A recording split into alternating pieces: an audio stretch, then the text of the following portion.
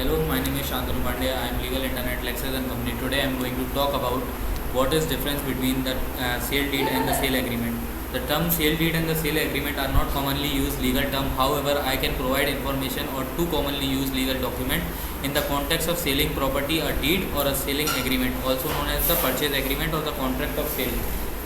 Deed. A deed is a legal document that transfer ownership of a property from one party to the seller or a grantor, or to another party to buyer or grantor. It is a written instrument that conveys a title of interest in real estate. A deed typically includes the name of the parties, including a description of the property being transferred, the purchase price, and any condition and convenience that any apply. The deed is signed and executed by the seller, and the property recorded in an appropriate government authority legally valid.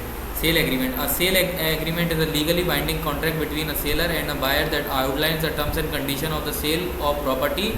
It set forth the agreed upon terms and conditions, terms including the purchase price, payment terms, property description, contingency, and other conditions or provision specified in the transaction. The sale agreement serves as a roadmap of the sale and provide legal protection of both parties and establish their right and obligation. Once the agreement is signed by both the parties, it becomes legally binding contract. Thank you. For any other doubt, let us know through comments.